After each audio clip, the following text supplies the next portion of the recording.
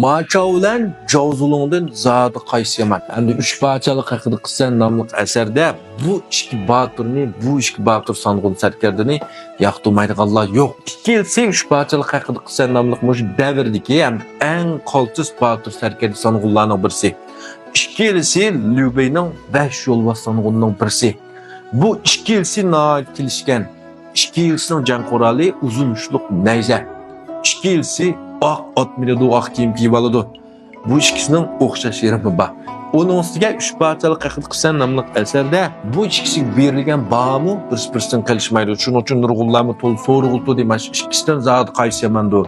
Bir asar uncha taklif qilib bersangiz deb. Unda hozir bu taklifni anglab baqli yoqtirgan do'stlar, guvanji qilib birdan yaxshi yurak ko'rib davomini Allah. Endi 3 parchalik haqida qilsan nomli asarning payg'ambarisi qarsak Yili, Arjao, Sandianwei, Suwan, Wuman, Yu Zhangfei. Shunami, endi men deb bergan burungi takliflarda Maçao ikkinchi ekan to'q. Keyin Jowyun ikkinchi bo'lib qoldi.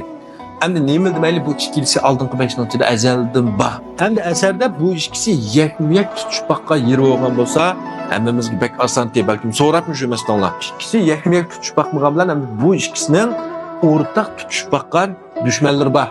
Mush orqali buni ayirib baqsaq bo'ladi. Endi bu ikkalisining o'rtaq tushib baqqan raqiblari song'ullarning ichida shu turnoq to'xtug'idakdan ikkisi bor. Ikkalisi Saosauning mashhur song'ullari bo'lgan Shuchu bilan Zhanghe. Endi Changshanlik Jovzulung Shuchu bilan ikki qatim tutishib baqqan. Birisi Nangshan jangida bu yerdagi Jowyun bilan Shuchu 30 marta tutishib, yenish ayrilmaydi. İkinci qatim Liubeyning xatardan qutulib ketish uchun Jovzulung boturlik bilan kelgan dushmanni to'sib Liubeyning qochib ketishiga vaqt fursat yaratib turdi. Mush vaqtning o'zida hamda Jovzulung qo'g'lab kelgan Shuchu bilan tutishdi. Bu ikkisining jangi bir 30-50 marta bo'lgandan keyin Jowyun ustunlikni egallaydi. Jowyun ustunlikni egallagandan keyin darhol Saosau bularning qatoriga yana Yujing bilan Gandoni tang avatib, ikki song'uni jalab Jovzulung üçü bilan tang urishdi. Endi Jovzulung bilan bu üçünün necha marta urishqini aniq mancha marta deyilgan. Lekin moshning qarsak, endi Liubeyning qochib ketishiga yetarli vaqt hozirlab qolgan, yetarli fursat chiqqan. Demak, hech bo'lmasa 50 martadan 100 martacha tutishgan bo'lishi mumkin. Aning keyindan Jowyunmu chekinib ketdi. Endi bu üçü bilan birdan tutishgandan keyin bu balkim yengilib qolmay, yorilib qolmay degan o'ylaydi-da jang bo'lgandan keyin. Endi Maçaoning jangi qarsak, yerdeki Saosau, Maçao'nun dadisi Matao'nun yalganda el olduğunu bilip bunu şu çambalıkta öldürüp atıdı. Bunu öldürüp atkandan keyin Maçao dadisinin kısasını eliş için Şilyan'dan qo'shin tatib keladi. Endi shu vaqtning o'zida Maçao Saosauni shu darajada qo'rqitib atadi ki, uzun sakallı Saosauni qo'g'langlar, qizil yetakli Saosauni qo'g'langlar, Saosau tas qoldi o'lib ketgili. Elimi Shuchu chiqib Maçao'ni to'sib qo'ydi. Ertasi Maçao bilan Shuchu rasmiy yakma-yak 200 marta urishibmi, yengish ayrilmaydi. Ikkisining jonining o'ttirga kelgan Saosau bir qatim to'xtatdi. Nimcha to'xtatdi? Maçao ozroq ustunlikni egallab qoldi. Shuning bilan Shuchuni chekindi. Ikkinchi qatim bu ikkisi ot almashtirib urishga vaqtimizda Shuchu qarsak, asarning shunday tasvirlanibdi. Sirtqi Saoturun sevatli nimishqa bu Saot shu vaqtning o'zidan 20-30 kilo og'irlik qilgan bir narsa bu. Endi bu og'ir narsalar urishib matili yetmagandan keyin Shuchu yorlansam maylik, men og'irlikni sevatsam, Maçao bilan jang yaxshi qilaman deb mundaq chiqdi degan gap.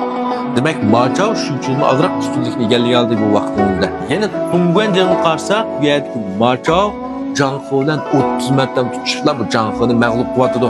Zhanghe jennib qochadi. Endi shuni qarsak, bu yerda Maçao Zhangheni Jowyun qaraganda tezlab mag'lub qila olgan. Shuchu bilan xil uzoq tutisha olgan. Lekin endi Jowyunninki Zhanghe bilan tutishi Maçao'ning Zhanghe bilan tutishidan sal farq qilgan. Qanday qilsanglar, Jovzulung Zhanghe bilan tutishgan vaqtida bir kech yurish qilib, otlanib kelgandan keyin orliq aramanmaylar Zhanghe bilan uchrashib tutishdi. Biroq Maçao amdalik yaxshi aram olib, tayyorlik puxta, hisobda tili to'liq vaqtida tutishgan. Shuning uchun ma'noni nazardan saqlasak bo'lmaydi menimcha. Endi bu mayli jang qilish, mayli boks o'ynash, mayli top o'ynash qilgan tili ketadi.